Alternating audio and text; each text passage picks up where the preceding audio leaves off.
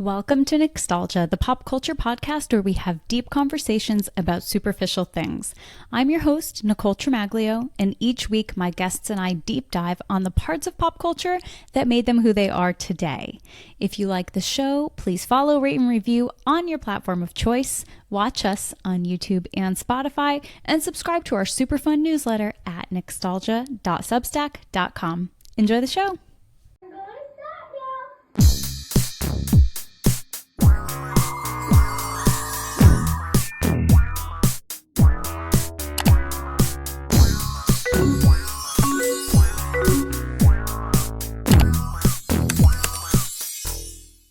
Hello and welcome to this week's episode of Nostalgia. If you are watching today, you are in for a treat because we are actually recording in person for the first time. I'm very excited. My friend Adryan is here and we have so much to talk about. I mean, you will be pressed to find two people more into pop culture than we are. So I'm really looking forward to our conversation. We're going to have a good time, and thank you for being here, literally physically being here, and welcome. Yeah, thanks for having me. It's really exciting to be here in person.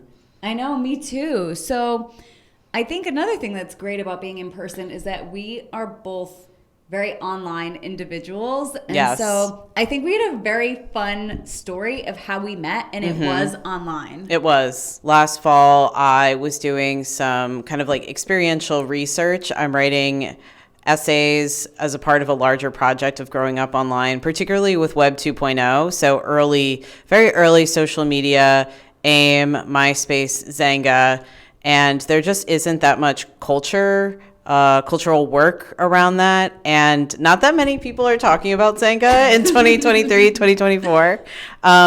Which led me to your podcast because I originally found it on YouTube. And I was so excited because then I, had found out about your whole podcast, your whole platform, and then we connected on Substack, I think it was, yeah. Yeah, I know. It's like for a website that really opened the door for so many things that came after it, whether it was, yes, Xanga, but also LiveJournal, just also like blogs in that era of the early internet. Like for how influential they are, there is so much that has gotten lost with time, and I've been doing a lot of digital archiving and preservation and just thinking a lot about the implications of time on the internet, because we were really brought up in a time where it's like, don't put that on the internet, it's gonna be there forever, and it's like actually not everything is there. There is so much that's lost, and when it's a Web 2.0 platform where you don't have any ownership of this information, if you're not downloading things, if you're not archiving things, which I actually was able to go back and download my old Xanga archive, which I'm very grateful for, but that's kind of more of the exception than the norm. And I think even yesterday I put on Instagram, there was the story template of your MySpace layout. And so I actually found my old MySpace picture and then one of my old backgrounds that I used as well. And I would have loved to have saved those. Yeah. But you just don't have it anymore. All you have is these memories. So I think that the fact that we're both dedicated to the cultural production around this, even though we might not necessarily have those original blog posts or original websites, it's still something really fun to go back and explore. Yeah, and it definitely also relates to the physical media, even though, of course, what we're talking about is online, where I had bought the Lisa Frankenstein as a DVD, and I was like, are DVDs going to be phased out into Blu-rays eventually, and how long will I have this for? But also it got me thinking about how many movies are released now on streaming that aren't released on DVD at all, because on the Lisa Frankenstein, it said on the DVD cover, collector's edition. And I was like, what does that mean? And then, my partner, he's like, well, all DVDs now are collector's editions because they're DVDs and they're physical. That's so true. Really, all physical media is for collectors because that's not the primary mode of consumption anymore. It's truly for people who go out of their way to acquire. Exactly. Because you could just buy it on Amazon or Vudu to have it available to stream, but I wanted the physical copy to add to my, physical collection. Yeah, you're a big physical media collector too, which Yeah. I've really come to love doing just as a fun activity, and it's so serendipitous in what you can find, and I kind of have my hit list of things that I go looking for, and just what I've been able to come across. There are certain movies that you'll see them everywhere, like the DVDs are in higher supply, Like Mean Girls. Yes, Yeah. Mean Girls is everywhere. Yeah, that's something that I have not had trouble finding. But then when you find things that are a little bit more obscure. Like the MySpace movie or the My Scene movie. The My Scene movie, yes. Yes. Right, the My Scene movie. Luckily at the thrift store in town, the DVD turnover rate is very low. And Okay. so I think the My Scene DVD is still there as we speak. That's funny. You start to see the covers get all faded in Yes. color, and you're like, Totally. these have been around for a while. Yes. Yeah, I wish I brought them with me for my show and tell, but I have 4 different I Know Who Killed Me DVDs. The bonus disc, the original one, there's a special edition, and then there's a UK edition. I have an interesting question for you, and that is, so now with the idea of collecting physical media, a lot of people are saying, for example, when Charlie XCX came out with several different vinyl editions, or Taylor Swift comes out with several. Yeah. People are basically saying, and granted, the point is to collect, the point is to consume, the point is to acquire additional like things to buy, essentially. Yeah. But the question is, what's the limit of that? When is it an exploitation of your art, and that you've just commodified your product so that you can package it in as many ways as possible? Especially of the same album, you mean, too. Yes. Yeah, I see what you mean. Yeah. Especially close to when it comes out. Yeah. Right? Like, does that detract from the art in any way, or from the experience of consuming the art? Like, it's not like McDonald's toys in the 90s where you're like, gotta catch them all. Yeah. It feels different now in that, because streaming is the primary mode of consumption. Right. It's like, do we really need all of this stuff? Yeah. I think that's a great question. Do we? I guess it depends on how much you love Taylor Swift or Charlie XCX. Because I don't know. I don't know. Who am I to say who has 4 different DVDs of I Know Who Killed Me? So. You know what? That's actually funny. Now that I've mentioned Taylor Swift and Charlie XCX in the same breath, our 2023 Spotify Wraps were almost identical. Yeah. We have very similar taste in we do. music. It was, for me it was Taylor Swift, Caroline Polachek, Charlie XCX, Kim Petras, and then who was the last? Britney Spears, of course. Spears. Yes. Yeah. Of course. Yeah, I think ours were different because instead of Caroline, for me, it was this emo band, Escape the Fate, from years and years and years ago. But I do listen to a lot of Caroline. Yeah. Too. Also, she's from Connecticut, isn't she? Yeah. Yeah, I think she lived in Japan when she was younger for a few years, but like went to high school here. Yeah. And I'm like, interesting. Amazing. Of course. Chloe Sevigny is from the town over. Cool. And I'm like, I love how she's like New York City's biggest it girl. And on the internet, a lot of people complain about New York City transplants and this and that. And I'm like, who's going to tell them that the #1 New York City it girl of the last 50 years is from Connecticut? And you could also say the same about New Jersey. Yeah, you can. Everything comes back to New Jersey. Yes, my friend Chris Payne, who was on the show, who wrote Where Are Your Boys Tonight, the emo book, is from New Jersey, and there's a huge scene there. And I do think that in terms of pop culture, we're very lucky to have access to a center of cultural production. I mean, I guess you could argue that LA is the largest or the most prominent center of cultural production just because that's where Hollywood is. But maybe even on a subcultural level, New York is even more important. Yeah. And I do think that New Jersey is hidden in plain sight oftentimes, too, when it comes to that. Because there's so many things. I know in your newsletter there was Fountains of Wayne. But there's just so many other references to New Jersey. And also I think because there are so many people in such a geologically diverse state as well, because we have farms, we have beaches, hills, and mountains. It's very rural in areas, and then there's definitely cities, and then we're closer to big cities like Philadelphia and New York City. So, yeah. Yeah, my Fountains of Wayne story, I was going to say loved, but it's not past tense. It's still present tense. Yeah. I love Stacey's Mom. That's one of my favorite songs just like ever.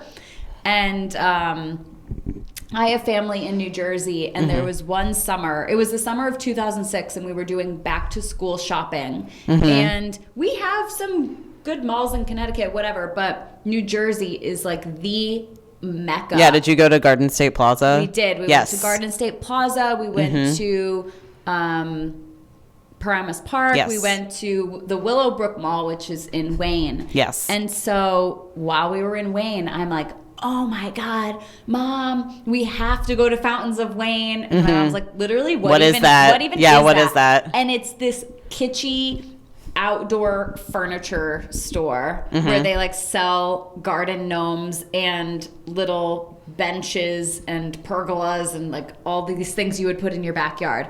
And I was still like, we must go. We have to go. And so literally we just went and, drove around the building in the car. And then my mom's like, are you happy now? And I'm like, yes. I genuinely am happy now. And so that was a core memory, but it's like, I've always been this dedicated to the pop culture cause. Totally. Yeah, and it's funny that we mentioned too these like different references, especially because I was a big My Chemical Romance fan growing up, and I actually had no idea that they were from New Jersey until like a few albums in, and it was really because I was from South Jersey, which is definitely more spread out, at least in the winter, of course. And MCR is from North Jersey, where I live now. And even just like, there's so many things like Gerard Way worked at the Hot Topic in Willowbrook Mall briefly. Of just so many, little tidbits that I know, not just about MCR, but also about just the different musical and other pop culture references. I want to talk to you about the book that you're writing. Yes.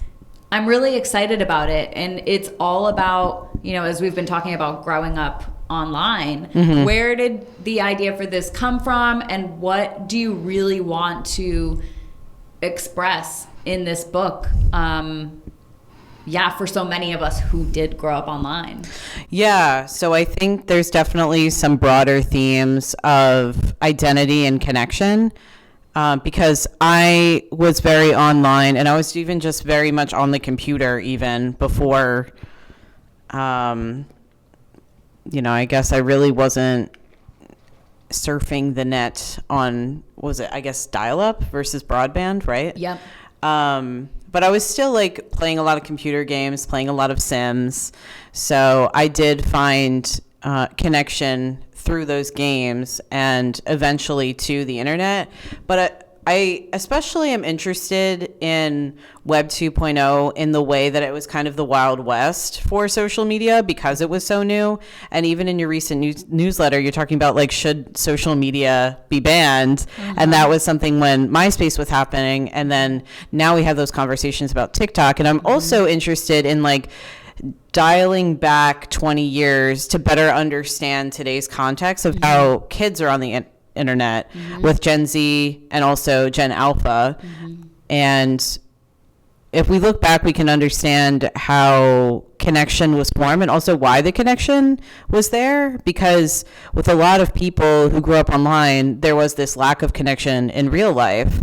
And especially for people who grew up queer or trans and might not have had that awareness like me, it was a really place that I could authentically be myself when I didn't have that in school, at home, or even just really had friends that I could really be authentic with. And I think by writing about it, another thing too is that even though that I'm writing about my life, I know that other people have plenty of experiences like this, where when I'm talking about Zanga and MySpace, a lot of the relationships in the book aren't with people people I know in real life. These are people who I've met as online friends. And whenever I start talking about online friends, especially with people our age, everyone has a story, it seems like. So yeah, that's what makes it really exciting to me, because another thing too is that like I work remotely in marketing, and there's so many people that I've worked with remotely who I've never met in person. So they're kind of like online friends too, in a way. But yeah, I think that digital relationships is such an interesting place to explore, and that I don't think there is much cultural emphasis on how to experience online, because we know the research of what goes into the internet. We understand the internet as this separate thing, but because we never really we're kind of always online, we don't go to the internet anymore. What is the impact on that culturally on our lives? Yeah, as you'd mentioned, I thrifted this book for $1. It was from 2008, called Should All Social Networking Websites Be Banned? Like, it wasn't even called social media then. Right. And you see those exact parallels where various politicians, journalists, special interest groups make their case. Should it be banned or should it not be banned? And why? And you can see that so many of the concerns mirror one another, but they are different depending on the time, as life, the internet, literally everything has changed since 2008. And something that you mentioned about being able to express yourself and being online be an outlet, do you think that there's a shift because when we started out online, there was a lot of activity in chat rooms, for example. Yes. And I've seen a lot of memes about this. I didn't personally do this, but when people are like, oh, me pretending to be this person. Yeah. Did you feel like you had to initially pretend to be someone else? And if so, what was the transition from like pretending to be someone else versus realizing this is actually me, and now I can take off the mask or the screen name or the whatever it is, and I can actually show up as my true self online? That's so funny that you asked that, because I've never pretended to be somebody per se, pose or catfish, right? But I was involved with role playing, and specifically it was high school role playing. So like I started as, in middle school in a high school role play, but I was a high school teenager role playing as a high school teenager in a fictitious world. So there's absolutely parallels of like my character was bisexual. Hello. And also just like the way that that was just like an amplified, more confident version of myself, because it was kind of a niche subculture. It wasn't just a high school role play. It was like an emo role play, and it wasn't explicitly emo. It's just like everybody was using photos of like Kiki Cannibal and like Victoria Murder and all these like scene queens, scene kings, and also people when they were like a lot of these people too, some of them were more androgynous, even though they might identify cis boy, cis girl. So that was very interesting, and a lot of for instance, a lot of the boy characters were still played by cis teenage girls. Some of them were not, because they were adults, but we'll get to that. Or at least one of them was in their early 20s talking to teenagers. But a lot of them were high school teenagers that liked the same music as I did, but didn't look like the scene queens and scene kids, because like that, it was its own like beauty standard at the time, especially because all of these pictures were photoshopped in a very unique way that was of its time, which is coming back. But yeah, I definitely think like, my character was definitely more dominant and confident and went after what she wanted. And to me, that was just, I felt like so confined to be small that my character could be loud. And I found that very empowering. Yeah, how you were able to present yourself I mean, that's why MySpace is my favorite era of the internet, because I could have exactly the background that I wanted, exactly the picture that I wanted. I could share whatever information I did or didn't want to share about myself. And it's so funny because I love emo music, and I always have. But even reading my old Xanga entries, I very much did not identify as an emo person. Right. And it's also very interesting to see the shift in the internet where, like, if you were a part of a subculture, even when we were in high school, like, you were in that, like, you weren't cosplaying identity in the same way that the internet with the hyper acceleration of trends allows now. Okay. Like, if you were an emo, you were an emo kid. And, like, every single day, you were that. Yeah. And you couldn't just be preppy Barbie. the next day if you wanted to be. I see. Yeah, because they were like, these aesthetics are more so like styles that you can have one on Monday and then have another on Tuesday. I see what you mean. I want to hop into show and tell. Okay. Yeah, totally. And I also did want to plug, as I'm showing and telling, the book is not, it's not signed. If an agent does see this, you're absolutely welcome to contact me. But if you're interested in reading more about it, I am publishing essays kind of related to the topic on my Substack, Adryan's POV. So we have several Lindsays. But I did want to start with a contemporary version, only because her new movies on Netflix, it was actually her movies where I was like, these aren't going to be on DVD. Irish Wish and the Christmas movie? Yes. So I have 2022 collection issue 7. I guess they don't call them by month anymore because print magazines don't do monthly. that. I don't know. Anywho, it's the Cosmopolitan work issue. I love this cover and I love Lindsay's comeback. I loved her press tour. I love... yeah, just like kind of everything about Lindsay. I guess, like, also, how did you get into, like, why Lindsay as someone that you stan? I love this question. Well, I was a huge fan of I Know Who Killed Me, and I knew it was good, and no one believed me. Okay, So, I'm gonna watch yeah. it. I'm just, No, I know. It's scary, and I don't like scary things. It's so funny. Yeah, no, it can be pretty. It can be pretty gory.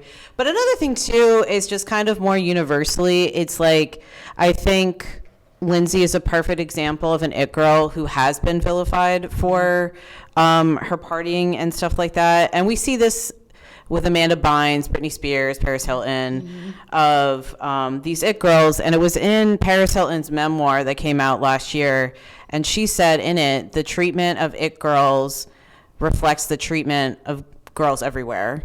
And I particularly have a sore spot for Lindsay because she was such a public person who used drugs in that area, and not just alcohol, not just weed, not just cocaine about 10 times, I'm sure, but somebody who was in and out of rehab, and somebody who the narrative is like she was expected to be sober because that is kind of like the redemption, and it was like this comeback kind of thing over and over again.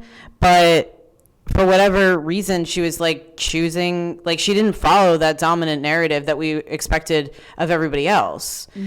And my background as a journalist, I used to be a cannabis reporter, and then I kind of got into the larger drugs and harm reduction space because I've also worked adjacent to the cannabis industry in cannabis PR and marketing.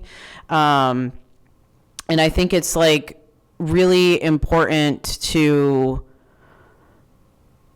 think how we talk about drug users, because kind of along the lines of Paris Hilton sentiment, how we talk about people who use drugs in the media who are very public figures, that is going to affect how we talk about drug users just in every day in our neighborhoods, and how we talk about people who are houseless, who struggle with addiction, that clearly aren't getting treatment, that aren't like really given the airtime to be cared about in the ways that we talk about celebrities.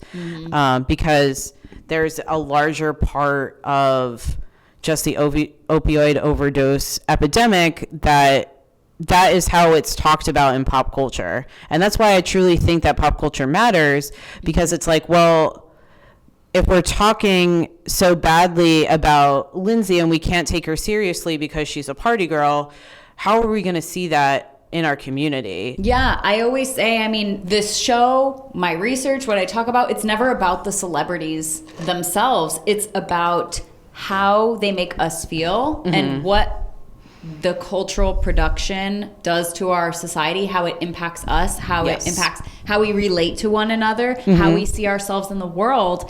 And right, if this is the way that we are talking about the most privileged people in our society, if this is the most societally acceptable example of drug use, then it only gets a lot uglier from here. And I think Lindsay was a very interesting example too of not just with her drug use, but even her relationship with Samantha Ronson. Yes. As, you know, not just a phase or a fling or being minimized into something just because Lindsay was the topic of the most salacious gossip at the time. Because if you found out that Paris Hilton had a relationship that wasn't with a famous man or whatever, then people even would have reacted differently to that. And so I think that Lindsay is very interesting in that she's been impacted by fame in a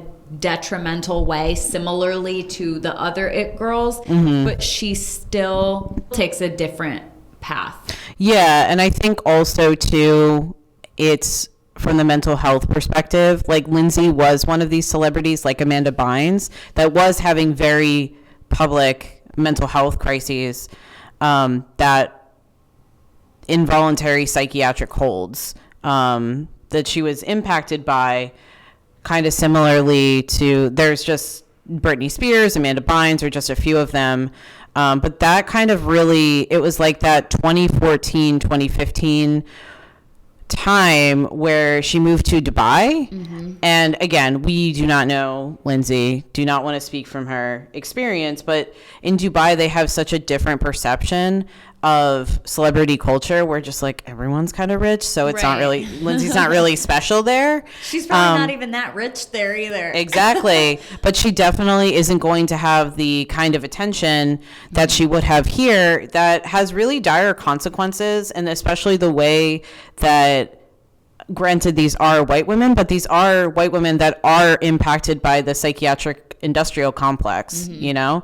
And that's just like the way that we see it in culture. But this also translates to how we see other people who experience mental health crises too. Definitely. Okay, we have her most recent We do. Cosmopolitan cover. What's next? So we're going from now and then back that way, but we are jumping to, I think this is 2012. Might be a little bit too racy for the platforms you're gonna have, so maybe not open it. Okay, Yeah. we're not gonna open it. I'll just show you the cover. Yeah. It is Lindsay on the cover of Playboy magazine, January, February 2012. She looks amazing. She does. The holiday anniversary issue. I'm like, I'm going to open it without showing it on the camera. Her on this cover, similarly to the one in Cosmo when she's back to her signature red hair, and on the Playboy cover she has her Marilyn Monroe-esque look.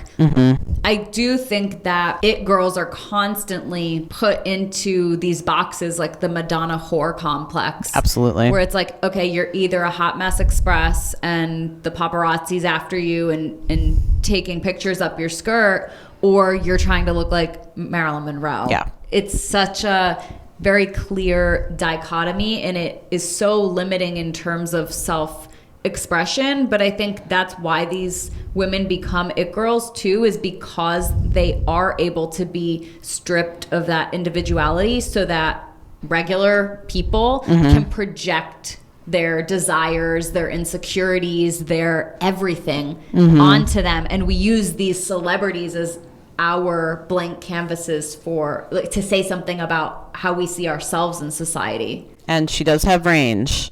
She does have range. Oh my gosh. I think that's 2009, right?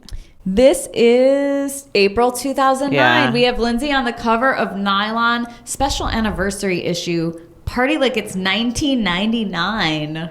I think it was their 10-year anniversary in that, but it's interesting because the Q&A feature in that is Lindsay's comeback. Girl has a leggings line, so. If it was 2009 and you didn't have a leggings line, that is what true. were you doing? That is true, but it's also an interview that she took when she was still dating Samantha Ronson, and there is mention of it in there too. Okay, amazing. Yeah. So I think this came out. So this is September 2007. Maxim magazine. See, right, Range. She has brown hair in this one and is on the ground in a lacy getup. It's actually kind of giving Madonna like a virgin. It is energy. Totally. Lindsay Lohan. Stunning photos that will bring you to your knees. So, okay, I'm going to leave that there. Yeah. So some more Range. This also came out, I think it was August 2007. So this is a horror fan magazine called Fangoria. And the reason why she's in this, it's more so about I Know Who Killed Me. But that is a very important piece of cultural production because it is a favorable review of I Know Who Killed Me. Really? Yes. It might be the only one. Yes. Okay, first of all, for anyone who hasn't heard of I Know Who Killed Me, what is the summary? And then how would you describe the public's perception? And then also, like, what was the Rotten Tomatoes rating? Oh, Rotten Tomatoes probably like 9%. Don't let that deter you because I'm going to back it up. So when they were filming this movie, it was January 2007. And this was also a time when Lindsay went to rehab for the first time. So she was going to production during the day and then going to rehab at night. And what we know happened in February 2007 was Britney's very public mental health crises. So that is kind of the tone for what's going on in media with It Girls at the time. So I Know Who Killed Me about the town of New Salem. There is a couple dead girls, and it's kind of like a whodunit, kind of inspired by Brian De Palma, also inspired by Twin Peaks, this kind of like whodunit mystery. It's also inspired by Italian giallo films, but Lindsay stars in it, and I don't want to give too much of it away. But it's a thriller. It's a thriller. It is she gory. Knows who killed her. She knows who killed her. Okay. It's her first role as a scream queen, and it is very gory. So if blood's not your thing, it might be a little tough. But I think it's a fantastic movie. And so to fast forward to July 2007 is when the film was set to be released, but 4 days before, Lindsay gets a DUI, and she actually is arrested, so she can't attend the premiere herself. Oh, no. So the very, like, kind of damsel train wreck kind of portrayal of her in tabloid media seeps into how I Know Who Killed Me is received, because the movie itself is with a production crew who's never really made big movies before. So it kind of comes with its own territory when it does have a mainstream release. It is a very corny movie at times.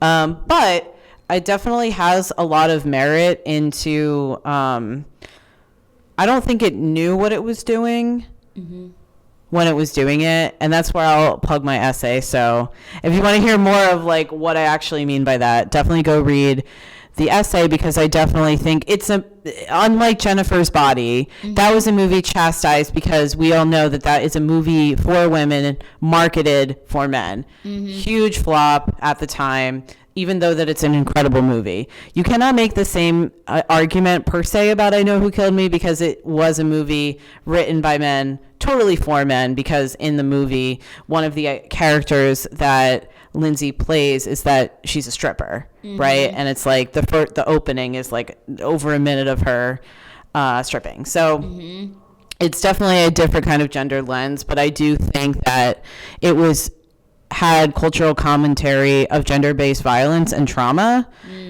that was ahead of its time. But again, I don't think that was intentional by any means.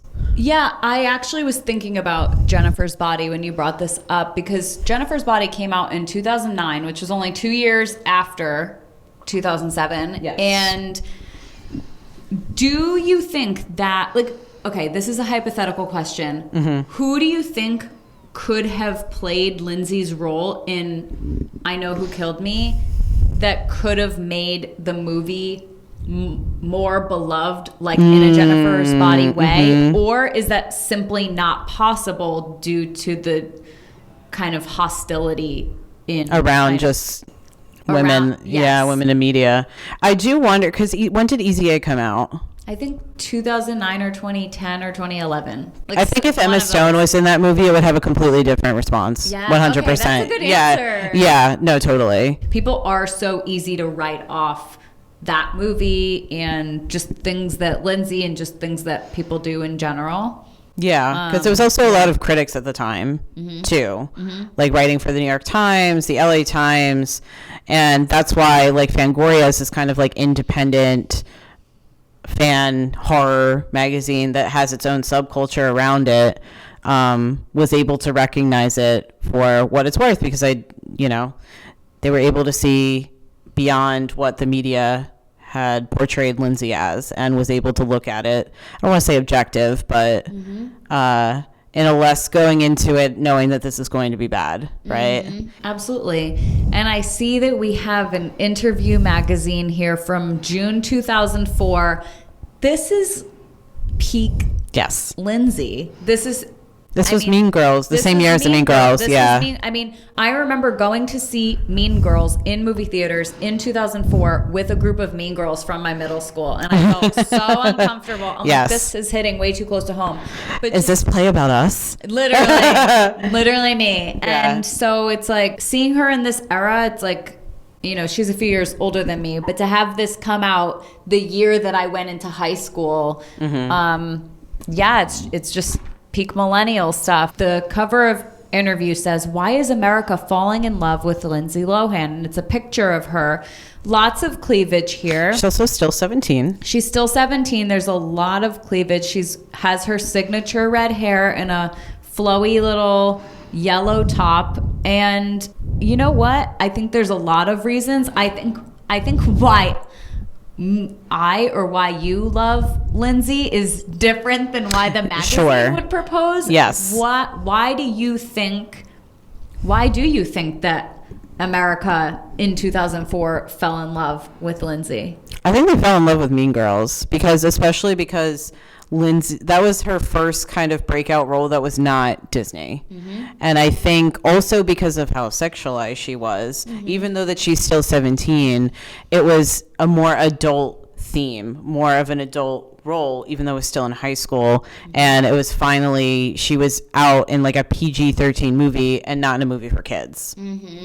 Why I love her is, of course, not just I Know Who Killed Me, but have you ever seen Georgia Rule with Jane Fonda? I actually haven't seen it. I've seen a clip of it, but I need to watch the whole thing. I think that's a real testimony to her craft as an actress. I really do think that she's an incredible actress, not just in I Know Who Killed Me, but in all of her projects. I think she does them very well. Yeah, I do too. I think it's really interesting as these careers of these it girls unfold for decades and decades now, what the lasting impact and legacy, just shifting to a long-term focus versus a more short-term reputation, the perception of their reputation. And I feel like when it comes to Britney, for example, I'm like, I would be perfectly fine if she retired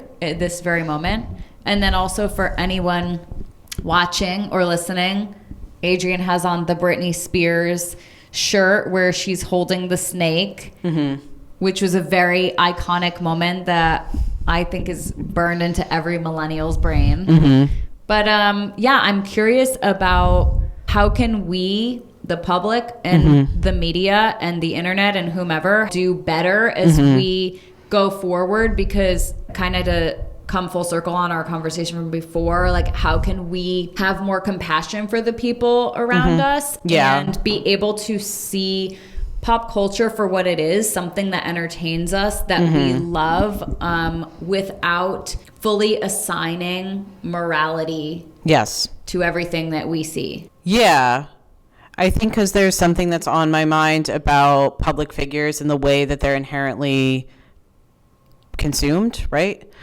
And I think, you know, there is an argument to be made. I don't know how much I agree with it, but people who sign up, who kind of pursue fame, they kind of without their consent are consumable because they are marketed themselves as a brand. How does that apply to now when you're looking for a job?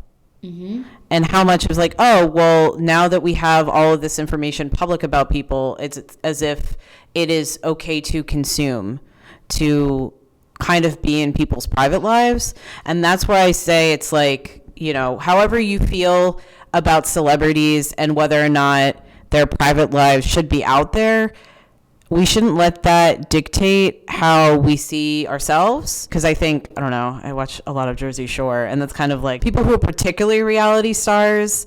I feel like that's a kind of assumption that's made about like their lives are the drama. But even reality stars have boundaries too with what they are going to put on there. And maybe some others can have that negotiated more than others. It's like, I don't know, let's think about how we're talking about these people, because would you be saying that about a friend? And also, how does that, like, I don't know, how does the way that you talk about a figure in pop culture, like, how does that relate to a connection that you have with another person? Yeah, I think that it just goes to show that even these celebrities who are distilled into the most palatable, marketable version, consumable version of themselves are still very complex and very nuanced. And at the end of the day, so is everybody else. Right. And I think more of that because of the internet, that is on the rise, because now it's like the way that like Lindsay might have been branding herself in 2004. Like those are questions that we now have of like, how am I going to brand myself as a content marketing specialist on LinkedIn in 2024? So like these are capitalist tactics that now are becoming increasingly more common because of how consumable we are as brands online. Yeah, and just the democratization of not only the access to celebrities, the people, but the democratization of access to celebrity, the concept. Like as an influencer too, and like creator. Yes. Like we have access to celebrities and we can literally contact them. Yes.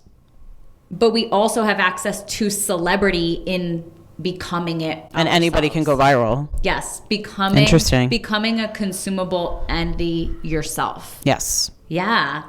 Okay, you do have one more component of the show and tell. Oh, I do. I have to give you your oracle reading. Yeah. Here, can you hold this for a second? Yes. So we do have the Britney Spears oracle deck that has a full deck of all different kinds of Britneys, and which one will you get? I am so excited. Do you want me to pick one for you, or do you want to pick? I can pick. Yeah. We have the little star. Oh my God, cute. Okay, you're holding so many things. Here you go. Thank you. So the little star. Stardom was always in the cards for young Britney Jean Spears of Kentwood, Louisiana. From a young age, she was killing it in the dance studio, appearing on Star Search, and even working as an understudy for a Broadway show in New York City. Britney landed a role on the Mickey Mouse Club in 1993 alongside fellow future stars Justin Timberlake, J.C. Chazé, Ryan Gosling, and Christina Aguilera. It was there that she honed her singing, dancing, and acting skills and solidified her path to stardom. The little star knew what she wanted and worked tirelessly to get there, always learning and improving. Take a page from her book and pursue your goals with similar ambition. I love it. I think the little star stands for the dance that you did when you were younger. And how, the pop culture passion that started then. It keeps coming back because I've been saying I want to teach dance classes, and I'm like, well, if Britney Spears says so, then it's got to happen. Amazing. Thank you so much for being here with me today. We got through a lot of stuff. We did. It was very fun. Yeah, thanks for having me. Of course. Tell the people how they can stay in touch with you. Yes. So the best way is through my Substack, Adryan's POV, adriancorcione.substack.com. I also have a website, adriancorcione.net. You can also find me on social media at AdrianCor. Amazing. Thank you again for being here. Thank you everyone for watching, listening, and we will see you next time. Thank you. Bye. That's a wrap for this week. If you like Nixtalgia, connect with me on social at Nicole Tremaglio. Subscribe to the Nixtalgia newsletter at nixtalgia.substack.com and follow, rate, and review on your platform of choice. Everything's linked in the show notes, including where to find out more about our guest of the week. Thank you so much for your support, and that was this week's episode of Nixtalgia.